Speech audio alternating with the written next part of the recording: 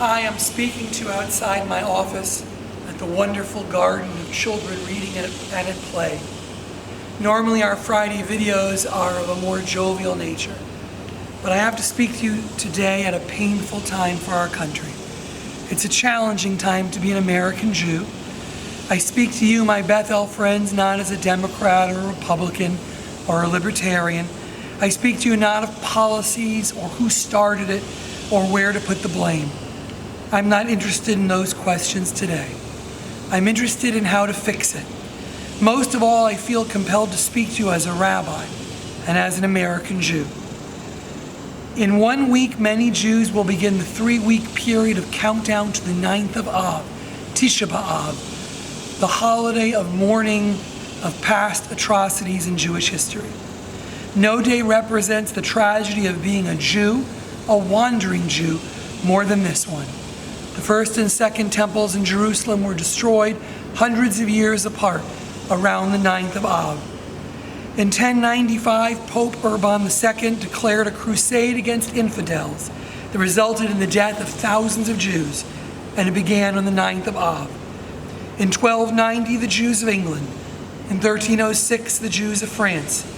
And in 1492, when Queen Isabel and King Ferdinand II ordered the Jews to convert or leave their country, the deadline they set, all were the 9th of Av. And finally, in 1941, Heinrich Himmler received approval for the final solution of these foreign Jews on the 9th day of the Hebrew month of Av. Whatever your political views, as we approach these 3 weeks of mourning, we must remember that all of us are the children, the grandchildren, the great-grandchildren of immigrants.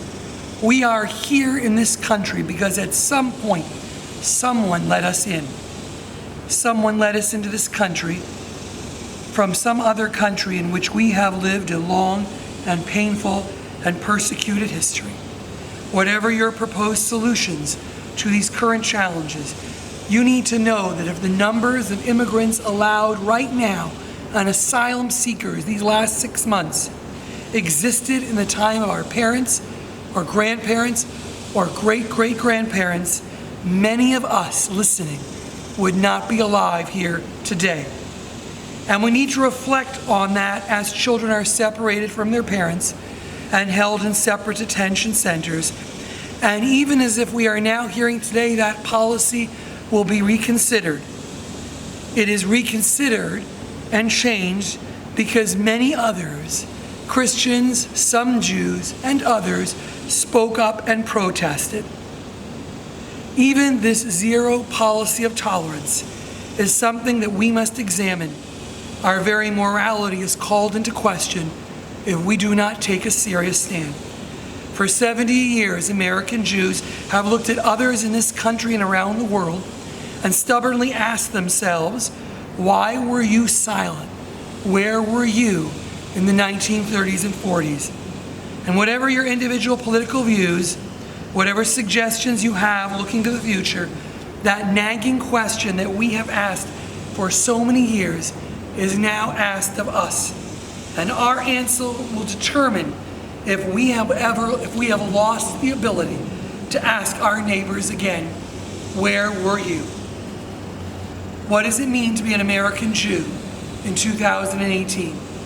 And so whether you attend this vigil on Thursday night, whether you assist our colleagues at the Catholic Diocese of Fort Worth who are setting up their own shelters to assist children, whether you write a note to your representative and share your objections and say, I will hold you accountable, whether you protest in ways that we will make available and known to you in coming weeks, or simply say to your children and your neighbors and your co-workers, this is wrong.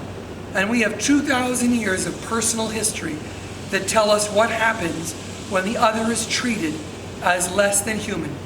Make no mistake about it.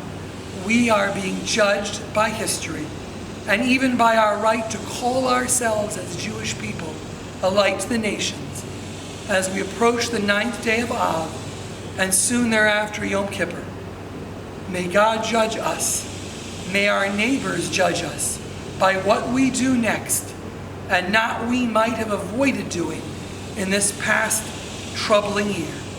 And I pray that it is not too late to be Or LaGoyim, a light to the nations, a light and guide to our fellow Americans, for they are surely watching us now. May we have a Shabbat of peace and clarity and wholeness and healing. May be this our prayer as we look to the future as American Jews.